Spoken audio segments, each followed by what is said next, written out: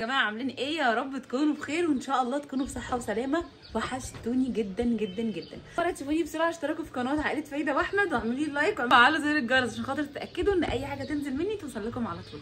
تعالوا بقى النهارده هاخدكم مع بيبي ديدا واقول لكم انا رايحه عند الدكتور وهنشوف الدكتور هيقول لنا ايه لاننا خلاص على وشك التفقيس. فيلا بينا هاخدكم مع بعض وتعالوا اوريكم ان انا من ساعه ما رجعت من السفر وانا حالي عامل ازاي. الايام دي انا اللي عايزاكم انتوا اللي تدوني طاقه، الايام دي عايزاكم انتوا تدوني تشجيع. شنطه السفر من ساعه ما جيت وهي زي ما هي بالملابس، ودي كده نبذه عن غرفه نومي. يا لهوي بصوا سوق جمعه في كل حته الملابس بجد يا جماعه. ملابس عايزه تتنشر يعني دول كده اتلمتهم، وفي غسيل عايز يتغسل وعايز يتنشر وعايز يتطبق والدنيا يعني زي الفل كده. النظيفه هو المطبخ اللي انا اهتميت بيه او نضفته يعني اول ما جيت، ما كانش فيه مواعين اصلا واول باول بغسل المواعين. بس بصوا التويلت فيه كميه بقى غسيل كتير جدا. وصلت عند الدكتور هوريكم الشارع من بره عشان لو حد جه تبقوا عارفين المكان بالظبط. بصوا انا ركبت طبعا يعني تركبوا اي حاجه تنزلكم محرم بيه. محرم بيه فين بالظبط؟ عند الرصافه. فين بالظبط عند الرصافه؟ فين بالظبط؟ عند موقف الترام اللي هو في وشي اهو. هوريكم الف لكم الكاميرا وهوريها لكم. احنا هنا بالظبط عند برج البركه، مش عارفه برج اهو برج البركه تمام. وهنا موقف الترام اهو، هو قصاد موقف الترام، موقف الترام مش طريق الترام. وبلبول وهايبر ماركت اللي هو بتاعي مش عارفه اسمه هايبر ماركت بس هو ده. هو انتوا هتنزلوا شارع اللي هو محرم بيه عند بالظبط موقف الترام. موقف الترام جوه شايفينه اهو، ده اللي انتوا هتيجوا يعني تسالوا عليه. هاخدكم بقى معايا دلوقتي في العماره. هقول لكم ان دخلت العماره حلوه قوي وانا بصوا كعبرت خالص يا جماعه. يلا دلوقتي هنطلع بقى. السلام عليكم. هنطلع بقى دلوقتي الدور التاني. يلا سجودي خش اهو الدور التاني. ايه طبعا موسيقى وانتوا طالعين، وسجوده جايب لي شيبسي زيه والدكتور هيزعق لنا. وصلنا. ويت يا ساجد، ويت الاسانسير عايز يكمل حاجه يا جماعه. ويت يلا زق بسم الله. العياده زحمه يلا على غفله. هعمل ايه؟ دكتور هشام انا وصفت لكم الطريق من تحت وكل حاجه. الدكتور اللي هولد معايا يا جماعه. الدكتور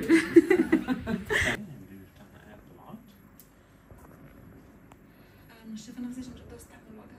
مش عارفه الرخيه بطني. مفيش صوره حلوه ناخدوها طيب واضحه. النوم اهو دلوقتي. ايوه شفت اهو. هي دلوقتي الدنيا كبست شويه فايه، فمش هتلاقي الملامح قوي زي ما انت متخيله.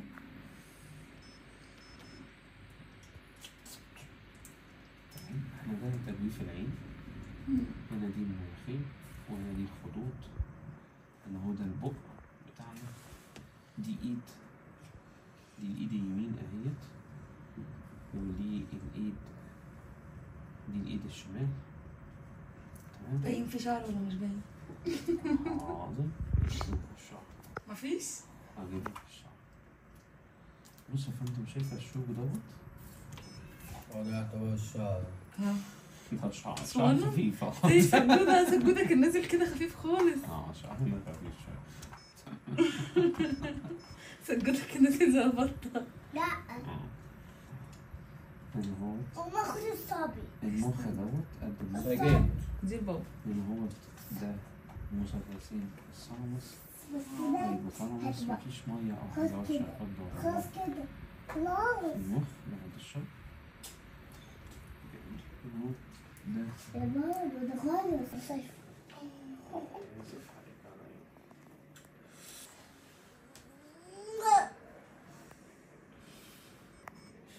كده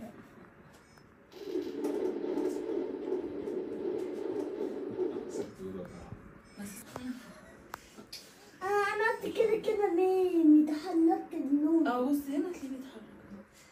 وانا جعانة. بطنك معلش. ايه ده؟ استنى يا ساجد ثواني. ايوه حبيبي بس تطور. بس الدنيا خمسة مش عارفه ليه بقى. ده على طول انا حاسه بالاحساس ده على طول. ليه بقى ده بقى؟ اقعد هنا. انا حاسه ان انا مهووسه ومش قادره. بطني ناشفه متقلصات متقلصه. من ايه بقى؟ ده طبيعي يعني؟ مفيش حاجه. انا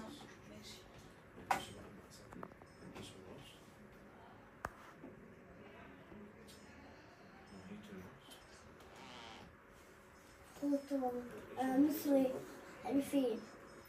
عند الدكتور وابو زعبله وسجوده معايا. ما وثقش اللحظه دي، جاب لي حرنكش وبطاطا. عايزه اقول لكم عشان ريحه الحرنكش دي من على البحر من بره اقسم بالله، وقال لي انت شبهها فين ريحه الشياط دي. يا جماعه البطاطا جميله وخليته نقلي اللي هي اللي فيها عسل دي. انا شم في اكلاته وعايزه اكل اكلاته بس.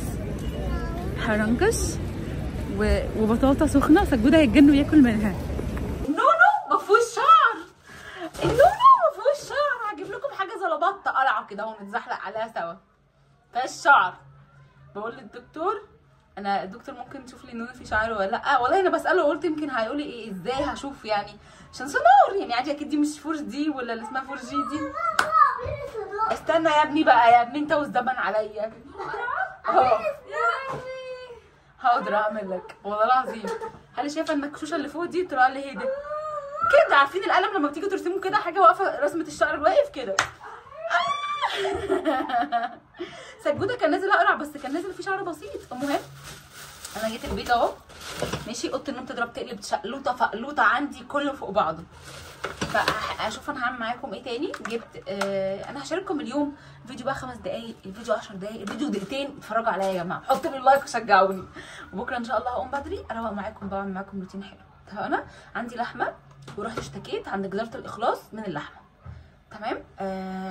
قال لي يعني اشتكيت من اللحمه ان هي كنت جايبه كيلو الا ربع اللي هي الكوستاليتا وكيلو الا ربع رقبه. انا دايما بجيب كوستاليتا، وجبت نص كيلو اللي هي الشوي. نص كيلو الشوي متقطعه لي 3 حتت بالعدد والله العظيم 3 أو 4. فرحه اللحمه الشوي كانت كام قطعه؟ كانوا 4 أو 3 بالكتير، كانت متقطعه تخينه واخدت سوا كتير شدت. اللحمه بقى اللي هي الرقبه سويتها اول مره كان في رمضان، اخدت معايا وقت غير طبيعي. قلت يمكن العيب فيا وعديتها وطلعت كميه ريم. حاضر والله كحك بسكر كحك حاضر هحطلك. من فوق الوش ريم اسود، والشوربه مش لونها كده الفاتحه الجميله اللي فيها زبده كده بتاعتها او الصوص بتاعها من فوق ده اللي هي بتطلع من فوق كده زي دسم بسيط. لا مفيش، عماله تطلع في ريم تغلي وتطلع في ريم اسود اسود اسود، وانا مش فاهمه ايه يعني عادي ولا ايه. مع اني بعملها زي كل مره، بحط عليها ميه سخنه الاول بشوحها من غير ملح بالبهارات كلها، لورا وحبهان وبصل وطماطم وفلفل وبس وميه سخنه. تمام؟ بعد كده رحت التانية جيت عملتها امبارح يا جماعه والله العظيم. كوستاليتا اللي بتبقى زبده كوستاليتا شده من الساعه 2 للساعه 7 وانا بسوي فيها، وهزود في ميه تنقص وازود في ميه تنقص، اخدت مني كميه غاز. رحت قلت له، راح قال لي افتكر، راح قال له انت فاكر العجل بتاع مين معرفش بتاع فلان كنا مصنوعين في رمضان وجبنا عجل من بره المزرعه بتاعتنا. طب قلت له ده لا انت بعد كده ما تدينيش. فبصراحه انا اتضايقت وقلت له اللحمه ما كانتش حلوه خالص بجد، وانا زعلت رميت فلوسي في الارض بتاع 1000 جنيه او 800 جنيه. هي اللحمه كانت وقتها كان ب 360 عطيهاني، في اللي هي رسمه شويه وفيها حمرا ساده 360 2 الكيلو ونص، والنص التاني كان ب 420 او 400 جنيه بس. المهم رحت جبت دول بقى اللحمه المفرومه. انتوا عارفيني بجيب يعني ما شاء الله عليه بصراحه، يعني المحل ده اللي هو العيد ما بيغيرش لحمته ابدا، ممكن يغلي السعر لكن يسيبها زي ما هي. اللحمه مفرومه هي حمرا جميله ما فيهاش اي دسم ولا لون، وانتوا عارفين طبعا انا بعرف اللون بتاعها. فجبت ب 50 جنيه وجبت ب 50 جنيه صدق دول لسجوده عشان الحضانه دي، هتبلها كده ببصل وملح فلفل اسمر واصبعها عشان السجوده اخد له كده الحضانه، يا اما احطها له مع بطاطس ومكرونه يا اما اعملها له في السندوتشات. والصدق ده بشوحه مع بيض. وجبت بقى ايه يا جماعه فطيره كان نفسي فيها قوي اهي فجبتها. بس دي الحاجات اللي انا جبتها وجبت من عند الدكتور كتب لي على علاج هغيره، هروح اصلي واشوف انا هعمل معاكم ايه بقى. نحضر العشاء مع بعض، نعمل مشروب حلو، ناكل كده نتغذى كده شويه عشان عرفت شهر رمضان ما كانش غير وجبه واحده بس.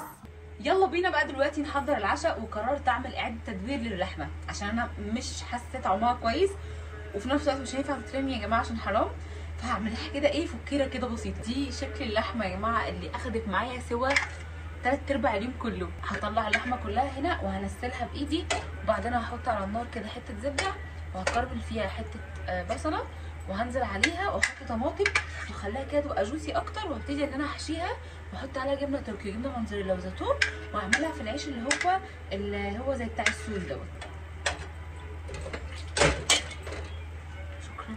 اللي بتحصل لي يا جماعه في وسط اليوم، بصوا اللحمه بطلع الشوربه، فالحله اللي هناك كانت على الحديده فاتكبت، روح امسحه. دلوقتي يا جماعه اختكم وبنتكم هتخترع التوستر ده لاول مره هستخدمه في عمري كله، او هجرب عليه حاجه. طبعا جايباه من عند روما بيلا، والناس اللي كانت بتسالني فريده عايزين مكنسه كويسه، والله العظيم والله العظيم والله العظيم انا مش هحلف حاجه غير بالله ان المكنسه وبراند روما بيلا خطير بالنسبه لي، وهعتمد عليه الفتره اللي جايه. ودي كده تاني حاجه هستخدمها منه، وتالت حاجه هستخدمها هشارككم بيها، واللي هي المايكرويف فورم. انت مش باين. تعالى استنوا سجوده عايزكم. تعالى اوبا، تعالى اوبا، تعالى اوبا، مش هيشوفوك. عايزة اروح انا اكلت صدق. اكلت صدق، اكل صدق، روح. بما اننا اخر اليوم يعني اختراعات، عندي تونه واحده من رمضان فطلعتها، قطعت طماطم وقطعت فلفل، وبتمنى انه يكون سبايسي عشان بحب السبايسي جدا، وانا بقالي فتره ما اكلتش حاجه سبايسي. وقطعت اللحمه اللي كانت جبنه موتزاريلا نوعها بونو، اول مره استخدمها، بس احمد اللي جايبها. والله العظيم اقسم بالله انا ما قلت له عايزه مشروب، ده هو جابها، ما اعرفش دي مقاطعه ولا لا. وجاب كمان التايجر، بس على ما اعتقد التايجر بره المقاطعه. وده العيش المفروض ان انا كنت جايباه وطبقته كده، هو بيتفرد بيبقى خفيف قوي، وبعدين بتعمليه تاني مربعات. مطلعاه من بدري ولسه ما فكش، مش عارفه هعمل ايه واتاخرت، اروح افك شويه وارجع لكم. اول حاجه عايزه اقولها لكم ان الجبنه حاساها مش احسن حاجه، لان الجبنه بتعرف من ريحتها، فتحتها ريحتها مش احسن حاجه، اسمها بونو، فهنشوف المطه بتاعتها كويسه ولا لا. حطيت بقى العيش لمده نص دقيقه في الميكرويف وكده فك بالطريقه دي. وعايزه اقول لكم اوعوا تفوتوا اي حاجه من جهاز الكهربائيه، الميكرويف او الهاند بلندر او التوستر والحاجات دي، بجد بتبقى حلوه جدا في البيت وبيبقى ليها العوزه. ففكيته كده دلوقتي، يلا بينا نحضر مع بعض. له كمان جبنه تركي كده، الجبنه التركي بتبقى حلوه جدا في السندوتشات. قوموا معايا بشوفوا الفيديو ده في اي وقت وقوموا اعملوا سندوتشات، اي حاجه في البيت عندكم. هقول لكم لو شويه بطاطس محمره والله العظيم واي نوع جبنه عندكم هيديها تست تحفه. انا عندي جبنه نستو هحطها عليها، ممكن ان انا اوزعها كده ايه، بسم الله. احط شويه طماطم كده متفرغين، حبه زيتون برده متنطورين، شويه فلفل كده برده متنطورين، احط تونه الحته دي، احط عليها شويه طماطم كده تاني صغيرين، وبعدين دي، وبعدين دي، وده. الحاجات نحطها في الساندوتش ميكر. دي اول مره هجرب حاجه على الساندوتش ميكر، بسم الله كده صح؟ ولازم يتقفل خالص ولا لا؟ عرفوني، هتعرفوني ازاي؟ طيب استنى، اتقفل. بسم الله الرحمن الرحيم. زرار وقت، مش عارفه، انا متوتره، حاسه ان في حاجه هبوظها.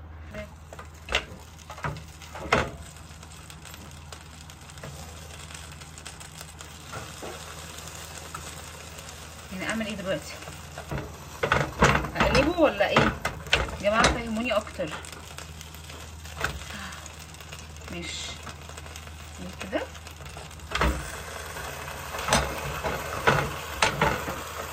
يلا نهاره ابيض، يلا نهاره فل. بسم الله. ايه ده؟ هو صح كده ليه؟ ده عادي كده؟ ده ايه الجبنه اللي سحت ولا ايه اللي فات؟ يا جماعه البتاع ده، بسم الله.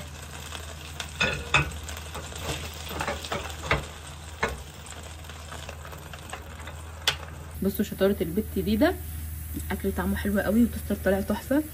بصوا هوريكم، استنى. طعم التونه في التوستر مع العيش ده خطير، بسم الله. بس الجبنه مش بتمط، يعني ممكن اجرب معاكم ده، بسم الله. بتمط بسيط خالص. سندوتش خطير وسندوتش ميكر تحفه، هاتوا في حاجتكم، لازم تجيبوه في حاجتكم. انا حابه اكل عشان ظهري اتقطع، استمتع. وبكره عندنا مطحنه في البيت، استنوني، بروتين جامد جدا جدا جدا.